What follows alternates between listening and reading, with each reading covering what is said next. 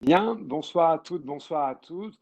Ravi de vous retrouver après, une petite trêve hivernale. On reprend nos conférences du mardi du PGE et pour la conférence de ce soir, je suis ravi d'accueillir, votre professeur et mon ami Marco Hanna, professeur, à Cage. Je vais le laisser se présenter, accompagné de, Nicolas Souvé, qui est directeur commercial du laboratoire Filorga France. Et tous les 2 vont vous parler du management à l'ère post-Covid. Alors, pour bientôt, il faut l'espérer. En tout cas, c'est un réel plaisir pour moi de retrouver ces conférences, de retrouver nos 2 conférenciers et immédiatement de leur laisser la parole. Mon cher Marc, c'est toi le maître des cérémonies, je te laisse la main. Beaucoup Arnaud. Déjà, merci de m'avoir invité. Je suis très content d'être là aujourd'hui avec mes étudiants du PGE. Je sais que j'ai sans doute dû vous avoir en cours. Donc, merci d'être venus nombreux à cette conférence ce soir. Donc, pour ceux qui ne me connaîtraient pas, donc, je suis Marco Hanna, professeur de management et de ressources humaines à Kedge. Et donc, j'enseigne les ressources humaines, que ce soit en licence ou en master. Je suis aussi responsable des spécialisations en ressources humaines dans l'école. Et pour m'accompagner aujourd'hui, j'ai l'immense honneur et l'immense plaisir d'avoir Nicolas Souvé avec moi. Donc Nicolas, qui est directeur commercial France des laboratoires Filorga, il va se présenter juste après. Et juste un petit mot introductif, pourquoi j'ai fait appel à Nicolas?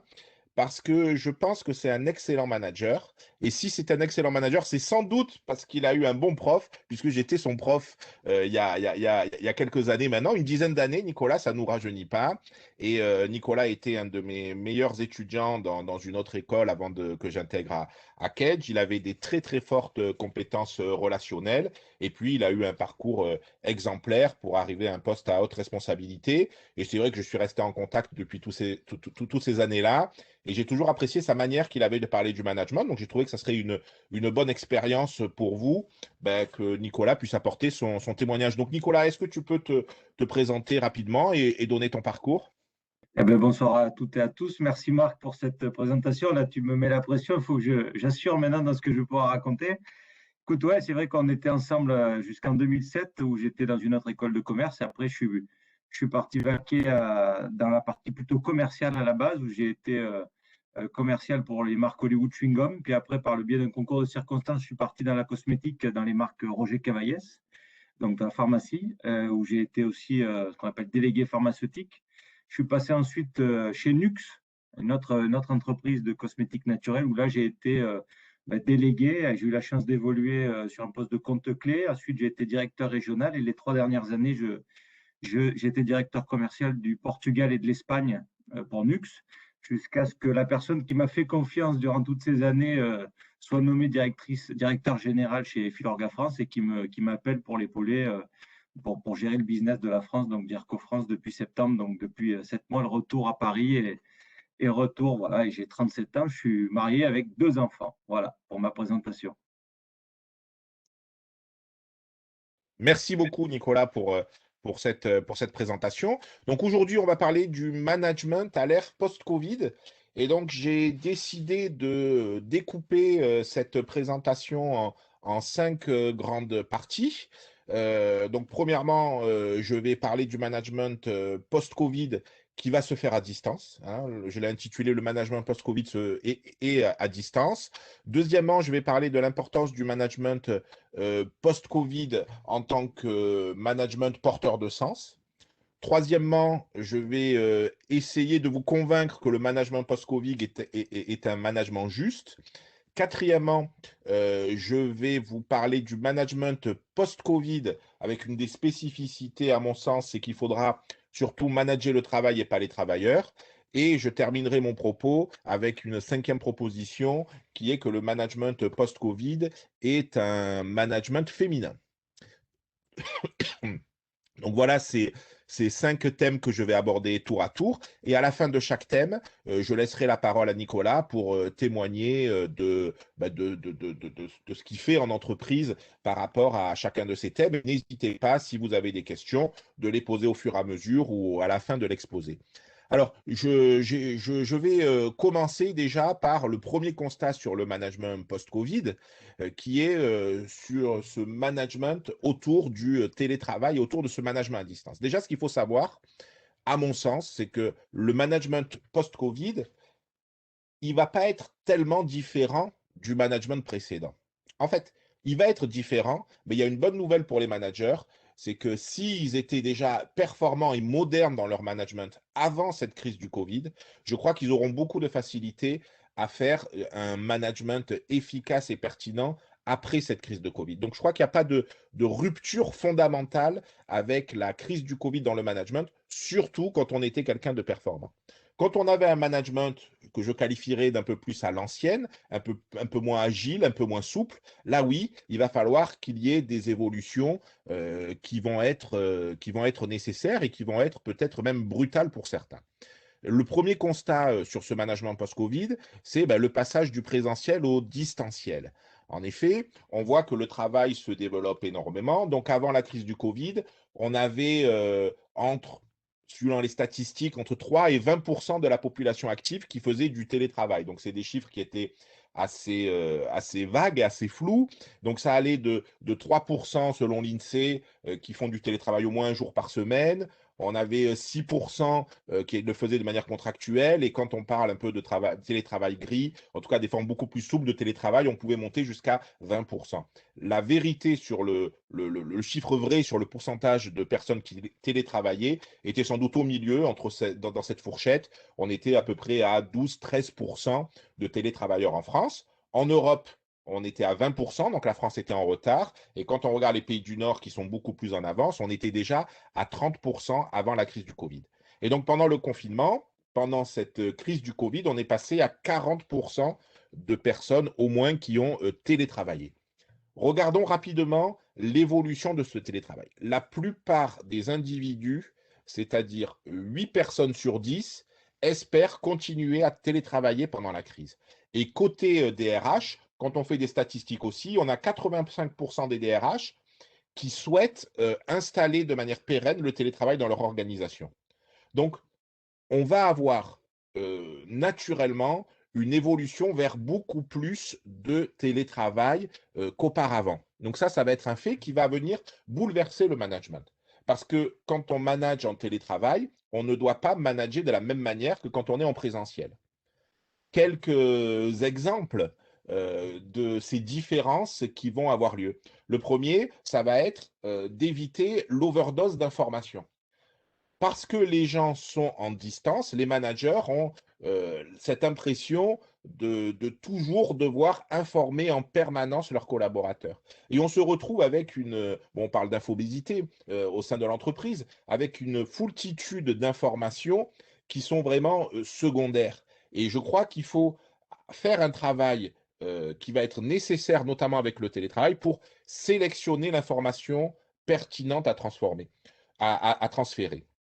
Donc ça, c'était quelque chose qui avait déjà été commencé par bon nombre de managers, mais je crois qu'avec l'apparition du télétravail, il faudra encore plus aller dans cette direction.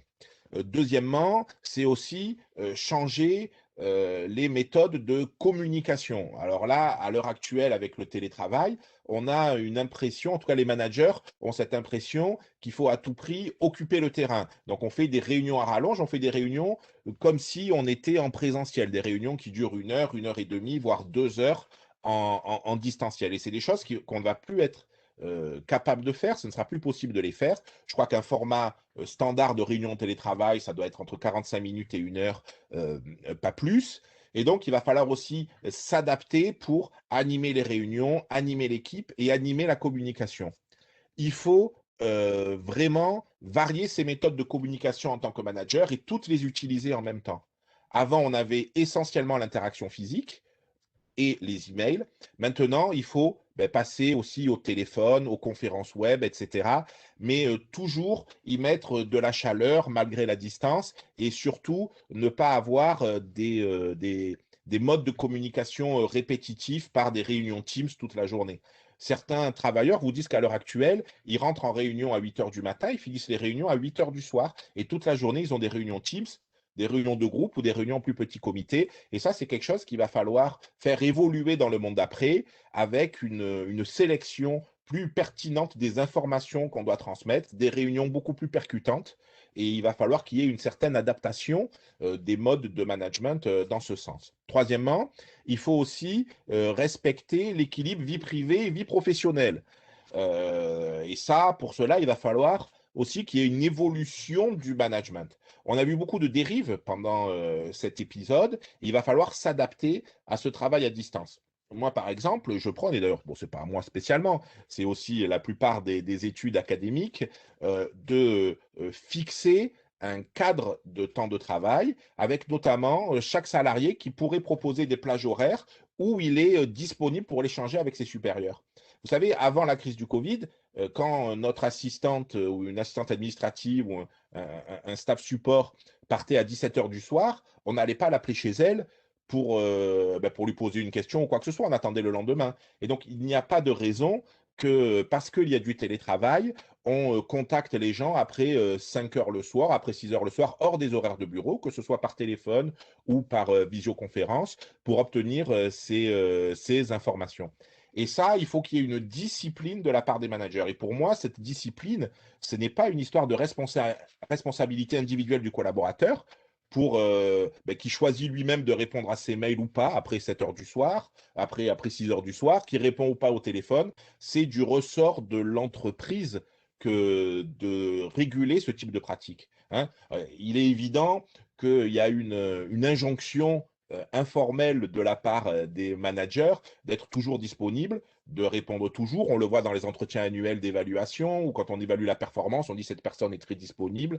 Et donc, on a une tendance naturelle à répondre à son supérieur hiérarchique à n'importe quelle heure du jour, du soir, voire même du week-end. Moi, ça m'est arrivé qu'en pleine vacances d'été, mon chef m'appelle à 8 heures du soir, il avait besoin de moi. Il était évident que j'allais répondre. J'aurais peut-être pas dû, mais en tout cas, j'ai répondu et voilà. C'est des choses qui sont tout à fait naturelles de la part d'un collaborateur et je crois que c'est du ressort de l'entreprise de, de réguler ceci. Enfin, il va falloir aussi déterminer le temps de travail en télétravail. Alors, il y a de nombreux débats sur le temps optimal du télétravail. Des études américaines ont montré que le temps optimal pour maximiser la productivité des salariés était de 2 jours par semaine. Et quand les gens sont en travail 2 jours par semaine, ils peuvent travailler jusqu'à plus de 4 heures par semaine en moyenne. Hein. Il y a eu des études pendant le confinement en France. Et en France, pendant le confinement, le télétravail a engendré plus 3% de temps de travail de la part des collaborateurs. Donc c'était un peu moins que les études qui étaient les études précédentes, mais on reste quand même sur un temps de travail qui est plus long avec ce chiffre optimal de 2 jours de télétravail. Vous comprenez pourquoi 2 jours? Parce que quand on est en permanence en télétravail, on a des problèmes d'isolation sociale et beaucoup de salariés en souffrent. Et puis, quand on est en télétravail, ça permet de mieux s'organiser, d'avoir plus d'autonomie et de travailler de manière plus efficace. Et donc, on arrive à ce chiffre de 2 jours par semaine, qui d'ailleurs correspond à la vision idéale quand on fait des sondages. Moi, vous savez, je suis très chiffre et très statistique, des télétravailleurs qui souhaitent travailler 2 jours. Et même quand on demande au DRH, à votre avis, quelle est la date idéale? Elle correspond toujours à 2 jours et ça corrobore des études américaines qui ont montré que c'était la productivité maximale qui était atteinte quand les gens étaient 2 jours par semaine. Donc, il faut comme ça, instaurer des systèmes organisationnels où on va mélanger télétravail et travail en présentiel. Il faut aussi choisir les collaborateurs qui vont partir en télétravail. Alors déjà, on n'envoie en télétravail que ceux qui le souhaitent. Ça, c'est la première règle. Deuxièmement, on donne toujours un télétravail, on accorde un télétravail pour des bonnes raisons et des raisons professionnelles. En aucun cas, le télétravail est un mode de garde des enfants, parce que c'est pas bon pour l'entreprise et la productivité, mais aussi même pour la personne, la mère ou le père qui va garder les enfants. C'est pas bon pour son bien-être au travail de pouvoir mixer les deux. Et ensuite, et enfin, il faut aussi vraiment qu'il y ait une communication et tout un système qui soit mis en place avec une liste de critères explicites qui va permettre de savoir qui peut aller télétravailler et aussi impliquer ces télétravailleurs dans cette réflexion pour fixer les critères de télétravail. Voilà pour ce premier constat autour du télétravail. Donc, en résumé, je dirais que le management de demain, le management post-Covid est un mode en télétravail et il faut vraiment que les organisations s'emparent de cette problématique et fixent un cadre autour du télétravail. Beaucoup sont en train de le faire et puis il faut continuer et évoluer autour de ce cadre. Alors, je ne sais pas s'il y a des questions dans l'Assemblée. En tout cas, moi, je pourrais demander à Nicolas, peut-être, de nous parler de sa vision en tant que manager du télétravail, de sa manière de gérer les télétravailleurs. Alors, ouais, c'est très vrai ce que tu dis parce que tout ce que tu viens de lister, c'est un peu le résumé de notre quotidien. Moi, en fait, quand je suis rentré en France là, pour récupérer cette poste, Filorgas, ça appartient à Colgate, donc c'est une boîte américaine, donc très normée, voilà, on est dans des cases. Donc, de septembre au deuxième confinement, on était une semaine sur deux au bureau. Sachant que moi, j'ai un poste où je me déplace pas mal en région, donc voilà, c'était ça le cadre. Donc, avec du télétravail une semaine sur deux. Et en fait, je me rendais compte que j'avais beaucoup de mal à trouver le rythme avec mes collaborateurs et moi-même d'une semaine sur deux.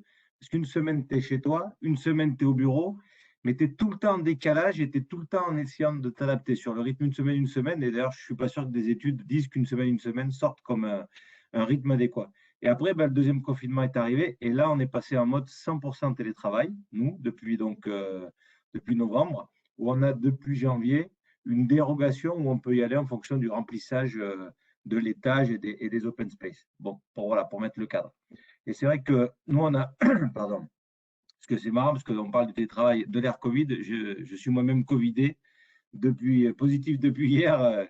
Ma femme, généreusement, m'a transmis ça. Donc, voilà, le télétravail permet quand même de rester travailler sans contaminer tout le monde.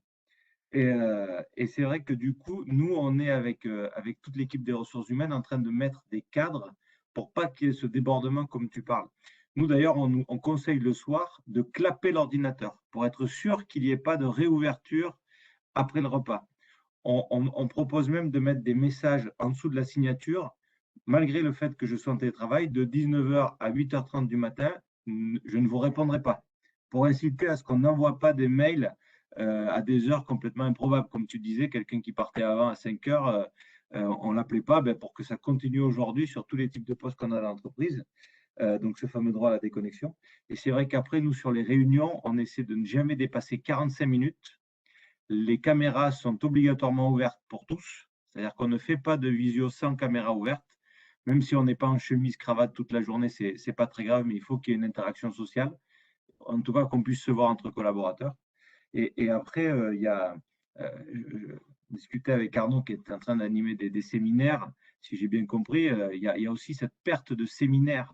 Moi, j'anime des équipes commerciales et ces séminaires qu'on faisait, qui étaient quand même un moment assez particulier avec mon métier, de se regrouper, de pouvoir boire l'apéro, de pouvoir faire la fête, de pouvoir aussi faire la soirée qui permettait les cohésions d'équipe. Tout ça a disparu depuis maintenant un an. Et là aussi, on est en train de réinventer le séminaire virtuel où on s'est rendu compte que quand il y avait des gens qui avaient 10-15 personnes en management, animer une réunion de 10-15 personnes, c'était inaudible. On est obligé de recouper en petits comités. Et je pense qu'après 6 personnes, dès qu'une réunion dépasse 6 personnes, en termes de management, on est inaudible et on ne peut plus faire passer le message de manière cohérente. En tout cas, il ne peut pas y avoir l'échange nécessaire à la cohésion, à la construction des réunions et des décisions qui sont prises ensuite. Donc, Nicolas, merci beaucoup. J'avais une question, puis comme vous m'avez interpellé, oui, je confirme et je témoigne. J'anime là un séminaire de 3 jours sur le management d'équipe pour un client de la formation continue de l'école, de managers qui ne se sont pas vus depuis un an physiquement et qui disent, au-delà de la formation et des cours que j'espère intéressants, qui disent surtout leur joie de se retrouver ensemble, de se revoir, de se sourire, de faire du travail de cohésion. Et en vérité, si je suis honnête, je sens bien que l'essentiel de leur satisfaction, c'est de se retrouver plus que de m'écouter. Donc effectivement, je mesure ça parfaitement. Et j'avais une question, Nicolas, parce que en tant que prof, ça m'intéresse. Comment vous faites, vous, pour imposer la caméra ouverte à vos collaborateurs? Parce que moi, mes étudiants, j'y arrive pas.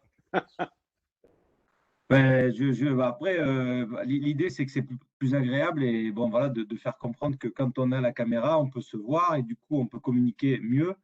Et après, je vous dis, en ne dépassant jamais 6, 8 maximum dans le groupe. Et après, c'est une règle de vie qu'on se D'accord. fixe à l'entrée. Moi, quand j'animais des réunions physiques, je mettais des paperboards au mur en disant, voilà, les questions, qu'est-ce qu'il faut qu'on traite à la fin pour être sûr d'avoir rien oublié. Bon, mais du coup, les règles de vie aujourd'hui sont un peu différentes, les manières de faire différentes. Et du coup, c'est pareil, il y a Donc la c'est caméra ouverte et si possible, la proactivité sur un bureau. C'est-à-dire que je d'accord. suis assis sur un siège, je suis avec un bureau, je suis proactif vis-à-vis de mon écran et j'accepte pas du tout d'ailleurs un collaborateur qui se mettrait au fin fond de son canapé où voilà.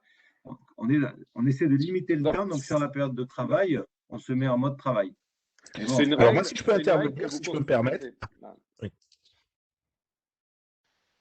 Oui, si je peux me permettre d'intervenir, moi, je pense que c'est bien de réguler les réunions et je crois que bon, ben, c'est vrai que Filorga, ça reste quand même une entreprise, plutôt une bonne entreprise avec des méthodes de management plutôt moderne. Et je crois que 45 minutes, c'est très bien parce que bien souvent, on dépasse 1 heure et demie et c'est beaucoup trop.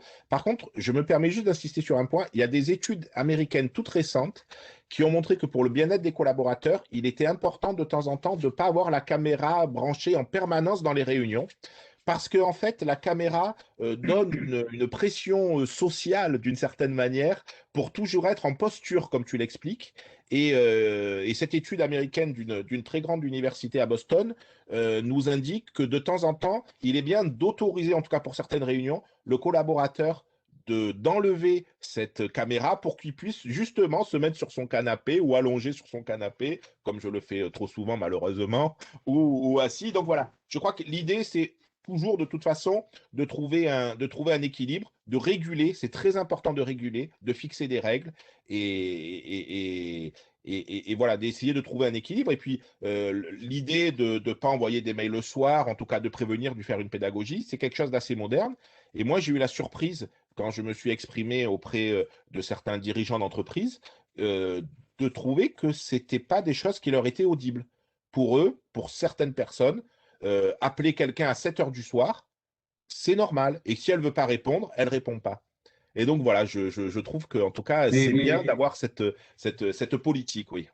alors, si je continue, alors, je sais pas si c'est le télétravail, mais moi, j'ai mon boss, et Dieu sait que je l'admire, mais c'est un manager plutôt à l'ancienne là-dessus. Alors, moi, je pourrais faire du télétravail 5 jours sur 5 sans aucun problème parce que à Paris, j'ai pas mon temps de transport, donc je vois mes enfants.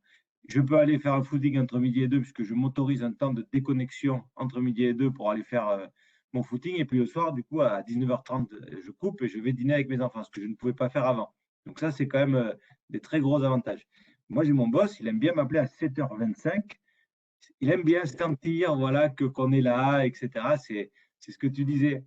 Après, voilà, si tu réponds pas, il se vexe jamais. Et si tu lui réponds, il discute 5 minutes. C'est Mm. Ouais. Alors, bon, moi, je suis pas. Bon, allez, après, on va passer à notre sujet, mais juste pour dire, moi, je trouve qu'il faut se méfier aussi même de ces coups de fil réguliers quand on a un supérieur, où il y en a certains qui ont instauré des cafés tous les matins pour créer du lien, ce qui est une très bonne idée. Mais commencer le travail à 8h30, faire un café à 8h30, ça peut être aussi un moyen de se retrouver avant de travailler. C'est aussi une manière pour un manager d'imposer des horaires et de contrôler la présence. Alors que l'idée du télétravail, c'est aussi de rendre le télétravailleur autonome. Et donc, il faut se méfier de ces rendez-vous réguliers, notamment en tout début de journée et toute fin de journée, puisque l'intérêt du télétravail, c'est de faire en sorte que le télétravailleur puisse travailler quand il le souhaite, surtout quand il en a la possibilité. Bon, je veux bien passer au deuxième constat, parce que le temps presse et on a plusieurs constats à évoquer. Le deuxième, c'est autour de la recherche de sens. Alors, on a vu lors de cette crise que beaucoup de personnes se sont interrogées sur le sens de leur vie de manière générale et au travers de cette interrogation sur le sens de leur vie, ils se sont aussi intéressés sur le sens de leur travail. Quand on regarde les sondages, il y a eu un sondage Ipsos qui a montré que depuis la crise du Covid, 9 Français sur 10 voudraient que leur entreprise donne un sens à leur travail et notamment plus de 8 Français sur 10 voudraient que leur travail soit utile aux autres. Et donc on a eu un mouvement de recherche de sens qui avait démarré notamment avec l'avènement des nouvelles générations, qui s'est amplifié au travers de cette crise. Et après cette crise du Covid, quand elle sera terminée, en tout cas ça, le mouvement est lancé, on va avoir comme ça une nécessité de donner du sens à ses collaborateurs. Et je crois que le management, il doit d'abord insister sur la dimension éthique de l'activité. Dans toute activité, il peut y avoir une dimension éthique. Si elle n'existe pas, en tout cas, il faut la créer, il faut la matérialiser. Et je crois que le collaborateur a besoin de se sentir utile et de faire un job qui est éthique au travers du produit ou du service qu'il crée. Deuxièmement, il faut aussi que le collaborateur il ait conscience de son rôle. Pour qu'il ait du sens au travail, il faut qu'il ait conscience de son rôle au sein de la machine organisationnelle. Donc, on doit toujours insister dans le management de demain sur le sens au travail. Alors, moi, je donne souvent l'exemple de la délégation. La délégation est souvent mal faite parce que on oublie au préalable quand on donne une mission, quand on délègue une mission, quand on donne une mission, de rapporter le sens de cette mission par rapport au fonctionnement de l'organisation. Et ça, c'est quelque chose d'essentiel et qu'on doit faire au quotidien dans le management de demain. Donc, pour les managers, il faut sans cesse rappeler, rappeler quel est le rôle de chaque individu dans l'organisation. Et vous savez, pour tous les métiers, il y a un rôle qui est fondamental. Alors, il y a des fois, on est au contact des clients, là, c'est plus facile de trouver un rôle autour de l'image de l'entreprise, mais même que ce soit les métiers de propreté, les métiers des fonctions support, de comptabilité, etc., il faut toujours insister sur le sens de chacune des actions pour la machine organisationnelle. Et enfin, dernièrement, je crois qu'il y a aussi une nécessité absolue maintenant de laisser tomber un management stratégique et global par les chiffres. Combien d'entreprises à l'heure actuelle sont pilotées par des fichiers Excel de remontée d'informations? Et ce n'est pas Nicolas Souvé qui est dans un métier commercial qui me dira le contraire. Je devine que chaque semaine ou chaque mois, tu dois, Nicolas, avec tes équipes, faire remonter des tableaux Excel sur des projections, sur des résultats de vente. Et on se retrouve dans des réunions de services ou même des réunions d'entreprise, même des séminaires d'entreprise où la seule chose qu'on présente, ce sont des chiffres, des tableaux Excel et des objectifs sans parler du véritable sens au travail. Et ça, je crois qu'il faudra, dans le futur, insister encore plus sur le sens et laisser tomber ce management stratégique par les chiffres. Voilà rapidement ce que je pouvais dire là-dessus. Et moi, je voudrais bien avoir l'avis de Nicolas, puisque justement, tu es dans un métier commercial. Je sais que le chiffre est très important. Comment, toi, en tant que manager, tu vas arriver à donner du sens à tes collaborateurs par rapport à ce qu'ils font, au-delà du simple chiffre d'affaires? C'est vrai ce que tu dis, trouver du sens à son travail, c'est quand même important et pas toujours facile.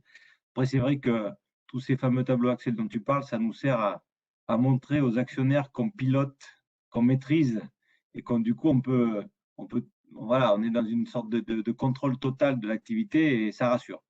Après, c'est vrai que le c'est en multipliant les échanges, mais pas forcément en visio, mais en appel, de faire quand même quelques accompagnements, parce qu'il y a malgré tout, même si on est en télétravail, il faut mettre la partie humaine quand tu fais des accompagnements ou même avec les middle managers pour essayer de voir qu'est-ce qu'ils ont envie, les faire travailler. Moi, j'ai la délégation, tu parlais de la délégation, moi, je donne plus de délégation aujourd'hui qu'avant. L'idée, c'est de se servir encore plus du cerveau des autres, de les faire réfléchir, de les faire construire pour qu'ensemble, il y ait cet esprit d'émulation. Et moi, quand je finis quasiment toutes mes présentations en disant ensemble, on est plus fort, et je mets au centre le plaisir. C'est-à-dire que je demande tant à mes directeurs régionaux qu'à mes délégués, aujourd'hui, de travailler en se faisant plaisir. La première chose, c'est le plaisir. Le plaisir de prendre sa bagnole et d'avoir une belle vue. Le plaisir d'aller présenter des produits qui sentent bon, qui ont une bonne texture. Le plaisir d'avoir la chance de travailler dans un univers qui est resté ouvert, avec des pharmaciens. Le plaisir d'appartenir à une bonne boîte. Et le plaisir d'être, voilà. Et ça, le plaisir, après, ça amène la compétence, ça amène la réflexion, ça crée l'émulation, et après, du coup, on est dans un cercle vertueux. Merci, merci Nicolas pour ces considérations. Arnaud, tu voulais poser une question? Non, pas de questions dans l'assemblée, on peut enchaîner, c'est parfait. On peut partir sur le troisième constat, qui est pour moi que le management post-Covid, c'est un management juste. En effet, on va intégrer une période d'incertitude ou une incertitude financière. Il va y avoir des coupes de budget. Bon, ça, c'est quelque chose de perpétuel, mais une crise économique s'annonce. Et donc, on va avoir la tentation de pouvoir excuser le comportement des managers qui vont être stressés et surchargés envers leurs salariés. Et moi, je pense que bien au contraire, le management post-Covid, il doit être encore plus juste. Alors pourquoi? J'ai fait quelques recherches sur le sujet, je mène actuellement des recherches sur le sujet, notamment au travers de la théorie du management de la terreur. Alors je vous explique rapidement le principe, c'est que l'homme a une anxiété qui est relative à l'idée de mort. Et donc pour cela, il va devoir rechercher une forme d'immortalité. Cette immortalité, il va la trouver dans des valeurs culturelles socles que l'individu va penser valides. Et c'est ces valeurs qui vont donner du sens à l'individu et qui vont transcender l'idée de mort. Et donc, le fait d'adhérer à ces valeurs, ça va permettre à l'individu de ne pas se sentir insignifiant et d'aller au-delà de la mort. Et parmi ces valeurs, une des valeurs les plus importantes, c'est justement la justice, qui est une idée très importante. Alors, j'ai fait des recherches à l'heure actuelle. En fait, pendant la première période du confinement, j'ai interrogé des travailleurs aux États-Unis et j'ai montré que euh, je les ai sondés sur les mécanismes opportunistes de leur entreprise. Est-ce qu'ils trouvaient que leur entreprise percevait qu'elle profitait de la situation de crise, que ce soit envers les clients, envers les employés ou pas? Et j'ai regardé quel allait être l'impact sur leur sentiment de honte collective. Pour cela, pour le sentiment de honte collective, je me suis servi d'ailleurs d'études sur la guerre en ex-Yougoslavie, avec les sentiments de honte collective que pouvaient avoir certains citoyens de pays par rapport aux crimes qui ont pu être commis. Et on se rend compte que les gens qui ont peur de la mort, hein, puis j'ai les interrogés sur la peur de la mort, sont beaucoup plus sensibles et ont beaucoup plus honte quand leur entreprise s'est mal comportée. Donc voilà pour cette étude que j'ai pu réaliser, que je réalise encore, qui montre qu'en fait, dans ces situations d'incertitude et de crise, on fait beaucoup plus attention à des valeurs socles qui sont les valeurs de la justice, parce que ça va permettre de fournir à l'individu une structure psychologique qui va être capable de limiter son anxiété de manière générale. Et donc on sait que cette justice va avoir des impacts, cette justice va avoir des forts impacts positifs sur le bien-être des travailleurs, aussi sur la vitalité du travailleur. J'ai mené aussi une autre étude sur d'ailleurs les étudiants de Cage et sur leur travail de groupe dans mon cours de RH. Et quand le travail de groupe était fait de manière juste, la répartition des tâches était faite de manière juste, récompense juste, etc., eh ben, il y allait avoir beaucoup plus de vitalité par la suite pour les étudiants. Et quand on est traité de manière injuste, on va avoir des émotions négatives et aussi des troubles d'insomnie. Là, je travaille à l'heure actuelle aussi sur un autre projet où je montre que quand les travailleurs sont traités de manière injuste, ils ont des problèmes de sommeil. Hein. Et donc, voilà, ce traitement juste qui va avoir des impacts très forts est vraiment beaucoup plus important en période post-Covid. Vous savez, on a tendance à, à punir les gens qui n'ont pas les mêmes valeurs que nous quand on évoque la sensation de la mort. Alors, il y a une expérience qui est très connue. On a pris des Américains, donc c'est une expérience qui a été faite aux États-Unis il y a quelques années. On a pris des conservateurs et des démocrates. Et donc, pour tester la punition, c'est quelque chose qui est très connu en psychologie sociale. On propose à des individus de rajouter de la sauce piquante dans des plats que l'individu va donner à une autre personne. Et donc, dans cette expérience, c'était un démocrate qui devait rajouter de la sauce piquante pour un conservateur, et on a demandé aussi aux conservateurs de rajouter de la sauce piquante dans des plats pour les démocrates.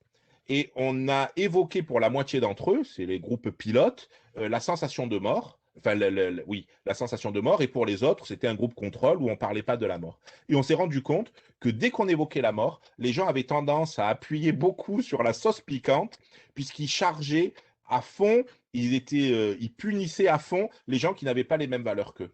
Donc on voit que sensation de mort, cette anxiété qui peut exister autour de la mort et qu'on a trouvé dans la période de Covid, va faire que si un manager n'est pas juste, s'il n'adhère pas à des valeurs éthiques et de justice, eh ben, il sera fortement sanctionné par ses collaborateurs, par notamment un manque d'investissement dans son entreprise. Donc voilà pour cette idée de justice qui est, selon moi, un fondement du management de demain, aller vers un management de plus en plus juste. Alors Nicolas, tu pourrais peut-être nous parler un peu de comment toi tu fais pour traiter tes collaborateurs de manière juste. Alors, comment moi, j'ai une face, enfin, ma façon de voir, alors ça peut paraître un peu bizarre comme thème, mais j'ai toujours dit que j'avais le management de l'amour avec un grand A. C'est-à-dire, je pense que quand on considère les gens, quand on les écoute, quand on explique ses décisions, de fait, on est juste. C'est-à-dire que de temps en temps, on doit faire passer un message qui est pas forcément évident ou qui n'est pas forcément audible, surtout en ces temps de crise où quand même, malgré toute la volonté d'avoir le management le plus juste possible, il y a quand même une réalité économique en face. Et il faut vraiment jamais tomber dans cette terreur parce que du coup, la frontière, elle est toujours très, très fine. C'est-à-dire qu'une marque comme Filorga l'an dernier, elle avait une très forte dépendance au tourisme chinois, très forte dépendance au tourisme brésilien et américain. Je te laisse imaginer que l'an dernier, ça n'a pas été une année formidable. Donc, du coup, nous, toute notre structure, elle est faite sur un business model avec une certaine activité et tu as 40% de l'activité qui s'écroule sans que ce soit prévu et prévisible. Et là, il faut quand même continuer à arriver à passer le message aux gens, expliquer pourquoi ça va être plus dur, parce que malgré tout, c'est plus dur, le faire avec bienveillance, parce que ça, c'est important, la justice et la bienveillance, et pour aller progressivement reconstruire, regagner, se réinventer sur un autre modèle. Donc, nous, on a vécu une expérience qui était très intéressante là-dessus chez Filorga et même chez Nux en Espagne, où le tourisme a complètement disparu et où en plus on est passé moi, je dois demander aux gens d'aller dehors. Et en plus, on est passé d'un moment où les gens avaient peur, ne voulaient pas sortir, n'étaient pas reçus, à un moment où on a pu repartir, réexpliquer tout le concept. Et je ne vous dis pas, tu parles du manager qui doit recevoir les messages avec justice. Le manager, il a une pression en ces temps, en 2021, qui est sans commune mesure avec ce qui était avant. C'est-à-dire que là, on parle à des étudiants qui vont devenir des futurs managers et il faut vraiment arriver à bien inspirer, à bien comprendre le pourquoi et d'avoir du sens pour être juste et pour aussi recevoir de ces managers aussi, parce que c'est pas évident. On a quand même beaucoup de pression aujourd'hui. Bien, Nicolas, il n'y a toujours pas de questions dans le chat, donc je me permets d'en poser une. Vous, en tant que manager, est-ce que le fait de passer en télétravail, ça vous a obligé à faire des arbitrages pour trouver du temps pour vous consacrer plus au delivery de ce sens, aux soins que vous prenez de vos collaborateurs? Bref, est-ce que le souci d'un management juste vous a obligé à des arbitrages dans votre agenda? Ouais, je ne sais pas si c'est des arbitrages à l'agenda, mais le jour où est arrivé le Covid, où on s'est mis à faire du télétravail, vraiment, on a cherché le bon modèle, le bon mode de communication. Moi, j'aime bien aller dans la salle quand j'anime mes réunions, j'aime bien échanger, j'aime bien avoir de la proximité. Et tout d'un coup, on se met un écran et du coup, plus rien ne passe. Donc, c'est très compliqué. Donc, il a fallu essayer de réinventer sa manière de communiquer avec ses collègues. Et en plus, imaginez-vous, chez Filorga encore, sociologiquement, ça pourrait être une bonne expérience marque. Le DG de Filorga France, donc mon boss est arrivé le 1er mars, confiné le 15, et je suis arrivé le 1er septembre. Nous n'avons ni l'un ni l'autre vu nos équipes en vrai en séminaire. Et donc, on fait des accompagnements ponctuels terrain, mais on n'a jamais pu encore tous se réunir. Et il faut créer une dynamique d'équipe dans le contexte actuel avec tout ça. Donc, ça reste quand même un exercice complexe. Parce que c'est vachement plus sympa en vrai qu'en visio, d'ailleurs. Vous imaginez même pas. J'imagine. Alors, on peut passer au quatrième constat, au quatrième thème que je souhaiterais aborder dans le management post-Covid. C'est pour dire que le management post-Covid, il doit manager le travail et pas les travailleurs. Et ça va renvoyer à une notion d'évaluation de la performance. Pour moi, alors ça, je sais que c'est contestable et qu'on peut débattre là-dessus, mais on doit manager la performance à partir des résultats et essentiellement à partir des résultats. Il y a plusieurs manières de manager la performance. On peut passer un management qui est sur les résultats ou une autre qui est plutôt sur les attitudes. Et je crois qu'avec la distanciation physique qu'on va avoir avec les collaborateurs, on ne peut plus les évaluer uniquement sur l'attitude. Maintenant, ce qui va compter, on ne peut pas, on doit plus micromanager. On ne sera pas là pour micromanager et regarder fréquemment, en permanence, ce que va faire le collaborateur. Donc, je crois qu'il faut passer à un mode qui doit être basé sur la confiance, faire entièrement confiance à son collaborateur sur la manière d'arriver au résultat. Par contre, on doit vraiment évaluer les résultats. Il y a eu une tentation de la part d'entreprises d'intégrer des contrôles électroniques du travail. Donc, il y a des tas d'outils maintenant. Je crois que les chiffres aux États-Unis du développement des entreprises qui proposent ce type d'outils ont été multipliés par 400% pour essayer de contrôler les temps de connexion, le nombre de mails, etc., etc. Donc ça, c'est quelque chose qui est difficile à faire dans le contexte législatif français, mais c'est aussi quelque chose qui peut s'avérer contre-productif, puisque de toute façon, il y a toujours des manières d'aller au-delà. Donc, il faut vraiment avoir une culture d'entreprise qui est basée sur la confiance, sans micromanagement, et évaluer uniquement les résultats. Alors, évaluer les résultats, ça ne veut pas dire laisser le collaborateur dans la nature. Il y a tout un tas d'accompagnement, de feedback, de suivi qui doit être important, mais le résultat final doit se faire sur le résultat avant tout et pas sur la manière d'y arriver. Donc, il faut apprendre à faire confiance, donner beaucoup plus d'autonomie. Et cette autonomie, elle doit aussi passer par un concept qu'on appelle le job crafting. Le job crafting, c'est donner cette possibilité au collaborateur de créer son poste, de modeler son poste, d'apporter les modifications qu'il veut à son poste. Et ça, d'ailleurs, c'est positif parce que ça va être porteur de sens auprès des collaborateurs, de créer lui-même son poste, de faire évoluer son poste. Alors, il y a tout un courant maintenant qui veut que les entreprises soient libérées, que chacun puisse faire ce qu'il veut, etc. Je ne veux pas rentrer là-dedans. Moi, je ne suis pas fan de ce concept. Par contre, je suis foncièrement convaincu que chaque collaborateur a son mot à dire pour façonner son métier, façonner son job, et il faut lui faire confiance. L'importance étant d'avoir des bons résultats, et le rôle du manager, c'est accompagner le collaborateur pour arriver à ces résultats et pas le micromanager en permanence pour savoir quand est-ce qu'il est connecté, quand est-ce qu'il travaille et comment il fait les choses. Marc, une question avant que Nicolas puisse témoigner et peut-être me contester, mais du point de vue du théoricien que je suis moi, à t'entendre, est-ce que tu ne crois pas que finalement ce Covid, ça a été une chance pour accélérer la bascule très orientée KPI, PNL, process, etc., à un management finalement en plus de supervision? C'est pas un détonateur, quelque chose qui est de l'ordre de l'accélération. Et donc plutôt pas mal. Bien sûr, mais moi je suis entièrement d'accord avec toi. Et d'ailleurs, bon, comme j'ai dit en introduction, je crois qu'il n'y a pas de rupture. Hein. Je veux dire, un bon manager, il faisait déjà ça avant. Enfin, moi, c'est mon impression. Je ne sais pas ce que tu en penses, Arnaud, puisque bon, tu es un grand spécialiste du management et notamment de la confiance. Alors, ça me gêne toujours de parler de la confiance avec toi, qui est ton thème de prédilection, mais je crois effectivement que il n'y a pas de rupture fondamentale. C'est des choses qui devaient avoir lieu avant et maintenant, le manager n'a plus le choix. Il n'a plus le choix parce que s'il ne le fait pas, il est mort. Avant, on pouvait toujours penser que il y avait des manières de passer au travers, mais maintenant, il n'a plus le choix. Et effectivement, moi, je crois que c'est une chance pour le management parce qu'il va y avoir, comme tu le dis très bien, une accélération de ce mouvement vers un management qui est beaucoup plus souple, beaucoup plus moderne, beaucoup plus plat.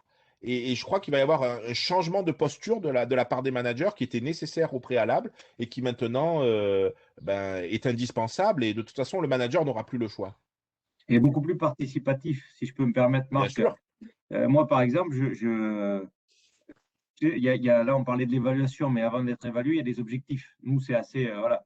Moi, les objectifs, il y a toute une partie d'objectifs que se fixent eux-mêmes mes équipes. C'est-à-dire qu'on se réunit et voilà, par exemple, tu dois ouvrir un certain nombre de nouveaux comptes. Chaque personne doit auto-évaluer comment est son secteur, comment sont ses capacités, comment est son agenda pour proposer un nombre d'ouverture sur lequel il sera évalué et primé, mais ça vient de lui. Ça ne vient pas de moi qui descend, qui te dit tu feras 3, tu feras 5. Non, c'est toi. Qu'est-ce que tu penses? Combien tu peux en faire? Et j'ai remarqué d'ailleurs que alors c'est un coach qui m'a aidé il y a quelques années à essayer de pratiquer cette méthode-là, et je me suis rendu compte que quasiment 90% des gens qui s'auto-fixaient un objectif les réalisaient et étaient accomplis ensuite. Et on retrouve le sens après, parce que tout est lié. Mais Nicolas, est-ce que vous régulez? Par exemple, moi, je suis un de vos collaborateurs, je suis jeune, je viens de débarquer, j'ai envie de bouffer le marché. Je vous propose des objectifs un peu délirants. Est-ce que vous, par derrière, vous régulez ou est-ce que vous me lâchez, vous me laissez faire? Alors, comme c'est fait dans des moments collectifs de groupe, je ne vais pas vous passer la parole en premier si vous êtes le plus junior et le plus fougueux. Je vais laisser les autres donner plus ou moins on va dire les rails, le haut, le bas, pour que la personne elle puisse voir. Et puis après, je la guiderai, soit si elle est trop basse pour la monter un peu, soit si elle est trop haute pour qu'elle. Parce que je sais là où je veux qu'elle aille. Moi, je l'ai l'objectif dans ma tête. Mais l'idée, c'est que ça vienne du collaborateur. Bon, super. Et pour terminer, il nous reste encore une dizaine de minutes. On est parfaitement dans les temps. Ben, je voulais dire que le management de demain, ça sera un management féminin. Alors, quand je dis un management féminin, je ne parle pas forcément de sexe, je parle de stéréotypes genrés. Alors, je m'explique. Il y a eu de nombreuses études qui ont montré que le leadership féminin était un leadership de type transformationnel. Donc, on n'est pas sur une relation d'échange, un leadership transactionnel qui est plutôt de type masculin, hein. Donc, c'est une fois de plus, je le répète, c'est pas une histoire de sexe, d'homme ou femme, c'est plutôt une histoire de représentation stéréotypée des individus. Donc, on n'est pas sur une histoire de transaction, on est plus sur un accompagnement dans le leadership transformationnel qu'on appelle autour des 4 I: considération individuelle, stimulation intellectuelle, influence et inspiration. Voilà pour les 4 I. Donc voilà, j'espère ne pas avoir dit de bêtises, de ne pas en avoir oublié. Mais voilà pour les 4 I. Donc un management qui est beaucoup plus dans le charisme, qui est beaucoup plus dans l'accompagnement, beaucoup plus dans l'humain, plutôt que dans la transaction, l'échange et les récompenses. Et donc, le management de demain, à mon sens, ça doit être un leadership féminin avec des caractéristiques qu'on appelle communales. C'est les caractéristiques qu'on donne généralement aux femmes. Bienveillance, sensibilité, relationnelle, attention aux autres, etc. Plutôt que des caractéristiques agentiques qui sont de manière stéréotypée attribuées au leadership masculin, comme la détermination, la compétitivité et les lourdes charges de travail. Donc, le management de demain, pour moi, c'est un management féminin. Ce qu'il faut devenir, c'est un manager coach. Ne plus être dans cette régulation, dans cette charge de travail forte, cette recherche en permanence de performance, d'objectifs élevés. Il faut plus être un manager coach dans l'accompagnement et dans le fait d'aider les collaborateurs à aller au-delà des obstacles qui se présentent à lui. On est plus dans le coaching. Coaching, c'est marcher à côté. On est plus dans l'accompagnement, marcher à côté, plutôt que dans cette idée très ambitieuse d'atteinte exacerbée d'objectifs toujours plus importants. Et voilà, je pense que les femmes ont un rôle à jouer. Alors là, je parle du côté sexuel, puisque ça peut être vraiment une manière pour elles de s'affirmer encore plus et de prendre confiance en elles. La question n'est pas est-ce qu'elles sont efficaces ou pas. Toutes les études ont montré qu'elles étaient autant efficaces que les hommes, voire même des fois plus efficaces que les hommes. Par contre, toutes les études montrent aussi qu'elles n'ont pas confiance dans leur style de leadership et dans leur leadership. Et le fait de voir évoluer le stéréotype du leader, qui était un stéréotype masculin, même s'il y avait des femmes qui avaient ce stéréotype, et il y a des exemples même en politique, on peut penser à Thatcher, etc., de manière plus lointaine, ou même dans des exemples d'entreprises assez récentes, même si des femmes avaient ce style de leadership typiquement masculin, voilà, il va y avoir une évolution vers quelque chose de plus souple, de plus doux, et ça, c'est des qualités qu'on attribue généralement aux femmes. Marc, une question avant Oui. de laisser Nicolas réagir, et puis du coup, j'aurai une petite question pour lui aussi. Moi, dans ce que tu as dit, j'ai entendu retour de l'émotionnel. Et j'ai pensé aux travaux de Damasio que tu dois connaître, qui nous montrent que rationnel plus émotionnel égale plus de performance que rationnel tout court. C'est ça l'idée, c'est, quand tu parlais d'empathie, d'écoute, de bienveillance, c'est, accepter le rôle de l'émotion dans le coaching? Absolument, même au-delà de l'accepter, c'est l'intégrer et le développer. Là, on était dans une société et dans des entreprises qui étaient essentiellement basées sur le rationnel. Et je crois qu'une manière de manager un peu dure, c'était toujours cette atteinte chiffrée. On en a beaucoup parlé, même si c'est aussi stéréotypé de la part pour beaucoup d'entreprises. Il y avait toujours une part émotionnelle, mais qui était trop peu développée. Et je crois que maintenant, il faut vraiment aller vers l'autre, s'ouvrir aux autres. Je crois qu'il faut aussi laisser tomber quelques barrières qu'on pouvait avoir entre la vie privée et la vie perso. Je crois que maintenant, les gens s'investissent tellement dans le travail que de dire je sépare complètement les deux, c'est quelque chose qui est devenu impossible à mon sens. Je sais qu'on peut débattre aussi, mais je crois qu'un manager, il doit s'occuper de manière très humble et non intrusive, mais il doit quand même s'occuper de la personne qu'il a en face de lui. Hein. Et ça, je crois que ben, c'est laisser rentrer l'émotionnel dans les relations. Je crois que c'est important pour que le collaborateur il soit pleinement épanoui.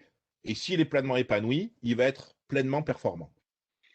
Alors, j'en profite, j'ai une anecdote à raconter sur ce que je vivais. Alors, c'est vrai qu'après, il y a les cultures. Quand j'étais en Espagne, il y avait une culture un peu différente de celle de la France et vraiment différente de celle parisienne, où c'est encore un petit peu fermé.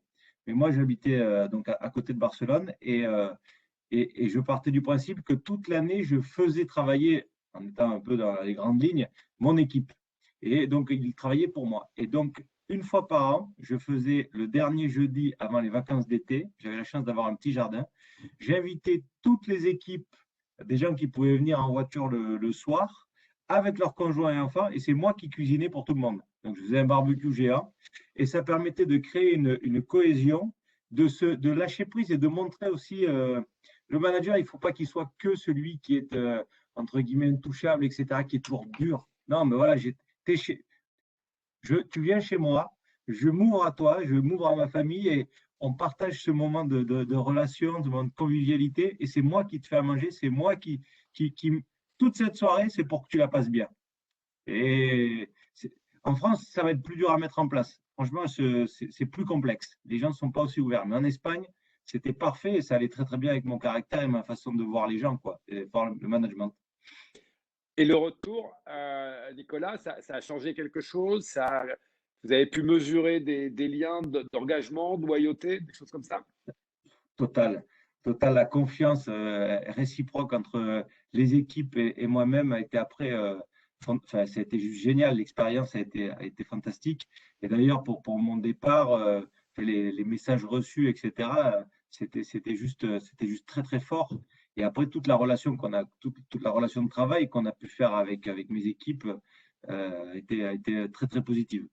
On parle avec beaucoup d'émotion parce que vraiment, quand je dis que j'aime les gens, j'aimais les gens et du coup, c'était vraiment super. Et là, en France, d'ailleurs, en termes de manager, il faut que je réinvente une manière de pouvoir créer ça. Ce ne sera pas de la même manière parce que ça ne marchera pas comme en Espagne où les gens viennent chez toi avec facilité. Il va falloir recréer quelque chose en plus avec le Covid, etc., pour que je puisse, en tant que manager, m'ouvrir à mon équipe. Parce que c'est cette ouverture, je pense, qui permet aux autres de rentrer et du coup de créer le lien. Bien, merci beaucoup. Alors, bon, il est déjà 19h15. On n'a pas de questions dans le chat, enfin, sauf si je fais une mauvaise manip, j'en vois pas. Bah, donc, bah, je vous laisse le mot de la fin à l'un puis à l'autre dans dans l'ordre que vous voulez. Pour ma part, un grand merci. J'ai appris beaucoup de choses. J'ai conforté certains points de vue. J'en ai développé d'autres. Merci. Et à vous pour le mot de la fin.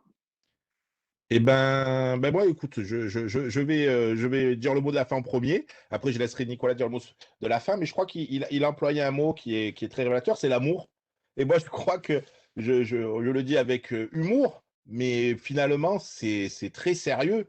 Je crois qu'il faut aimer ses collaborateurs. Moi, c'est ce que je dis toujours en formation. Il faut vraiment les aimer et leur faire plein de câlins. Alors, bon, psychologique, hein, qu'on s'entende bien.